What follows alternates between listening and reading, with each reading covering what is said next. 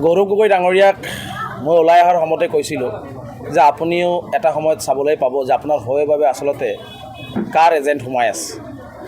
মোক যি ধৰণে তুচ্ছ তাচ্ছিল্য আৰু অপমান কৰিলে, মোৰ জাতি সত্তাটোক যি ধৰণে অপমান কৰিলে, মোৰ সংগ্ৰামী সত্তাটোক যি ধৰণে অপমান কৰিলে, অপদস্থ কৰিলে, যাৰ কাৰণে মই তেওঁলোকৰ দল এৰিব লগা হৈছিল। মই সঠিক আৰু শুদ্ধ আছিলোঁ কাৰণে মই কৈছিলোঁ যে গৌৰৱ গগৈ ডাঙৰীয়াৰ ৰাইট হেণ্ড লেফ্ট হেণ্ড যিমান আছে সকলোৱে বিজেপিৰ এ টিম হৈ কাম কৰি আছে আৰু সময়ত অসমৰ ৰাইজে দেখিবলৈ পাব।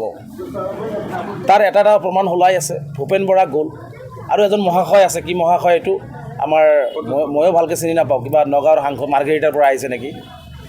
তেখেতেও ক'লে যে ৰেজাল্ট কৰিম চৰকাৰক চিনি নাপাওঁ।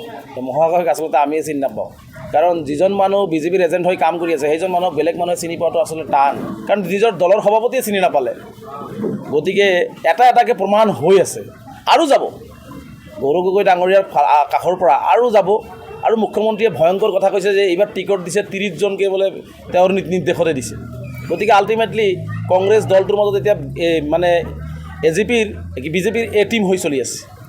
গতিকে যেতিয়ালৈকে গৌৰৱ গগৈ ডাঙৰীয়াই এই 30টা কেণ্ডিডেট দিয়াৰ ভয়ংকৰ কথা বা তেওঁৰ হৈ বা থকা মানুহখিনিক যে বিজেপিৰ এজেণ্ট হৈ কাম কৰি আছে সেইবিলাকৰ পৰা আঁতৰত যাব নোৱাৰিব, তেতিয়ালৈকে আৰু তেওঁলোকৰ দল ৰিভাইভ কৰিব যে আগবাঢ়ি যাব এইটো সম্ভৱ নহয়।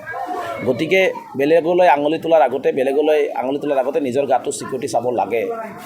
আজি যি সময়ত মই সমন্বয়ৰ কথা কৈছিলোঁ, বৰ অসমৰ কথা কৈছিলোঁ, সকলো জাতি জনগোষ্ঠীৰ সমন্বয়ৰ সমমৰ্যাদা সমবিকাশৰ কথা কৈছিলোঁ, ধুবুৰী শিৱসাগৰ বৰাক ব্ৰহ্মপুত্ৰ পাহাৰ ভৈয়াম সকলোৱে মিলা প্ৰীতিৰে আগুৱাই যোৱাৰ কথা কৈছিলোঁ। আৰু এই ভাল কথাটোকে যি ধৰণে তেওঁলোকে এই বিজেপিৰ এজেণ্টবিলাকে যি ধৰণে আক্ৰমণ কৰিলে, গতিকে আজিতো তাৰ এটা প্ৰমাণ ওলাইছে। ৰেজাল্ট কৰিম ঠাইত ঠিকেই আছে। কাৰণ এই মই চিনি নোপোৱা সেই মহাশয়জন আজি যে বিজেপিত গ'ল, সাংসদ প্ৰদ্যুৎ বৰদলৈ নে কি কয়, তেওঁক মোক এই কথাটো কোৱাৰ পিছত নগাঁওবাসীয়ে প্ৰতাৰণা কৰিছে। নগাঁওবাসীয়ে তেওঁক আঁতৰাই দিছে, খেদি দিছে। গতিকে তেনেহ'লে চাওক, ইয়াৰ বিচাৰ আৰম্ভ হৈছে আৰু ইয়াৰ ফল নিশ্চিতভাৱে কংগ্ৰেছ দলে পাব।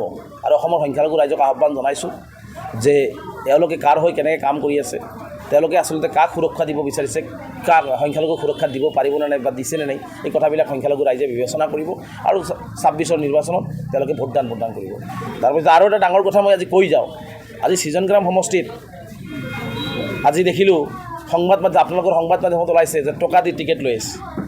তো মোৰ এতিয়া সন্দেহ হয়, মোক যি আক্ৰমণ কৰিছিল কংগ্ৰেছ দলৰ ফালৰ পৰা দেৱব্ৰত শইকীয়া, প্ৰদ্যুৎ বৰদলৈ আৰু বহুতেই যে আমাক আক্ৰমণ কৰিলে, আজি সৃজনগ্ৰাম সমষ্টিত 7 কোটি 10 কোটি টকাৰ যে টিকট কিনি অনাৰ যে কথাটো আহিছে, তাৰ মানে আচলতে কি, আচলতে টিকেট বিক্ৰী কৰিবৰ কাৰণে ৰেজাল্ট কৰিম চৰকাৰক আক্ৰমণ কৰা হৈছিল নেকি?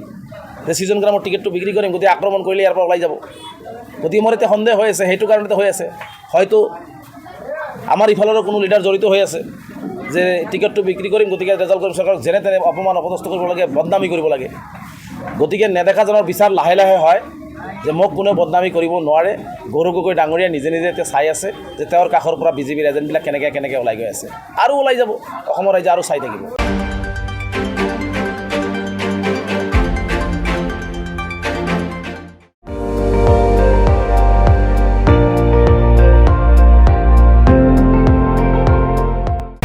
আপুনি চাই আছে ND24, সৰ্বশ্ৰেষ্ঠ নহয় সৰ্বোত্তমৰ দৌৰত।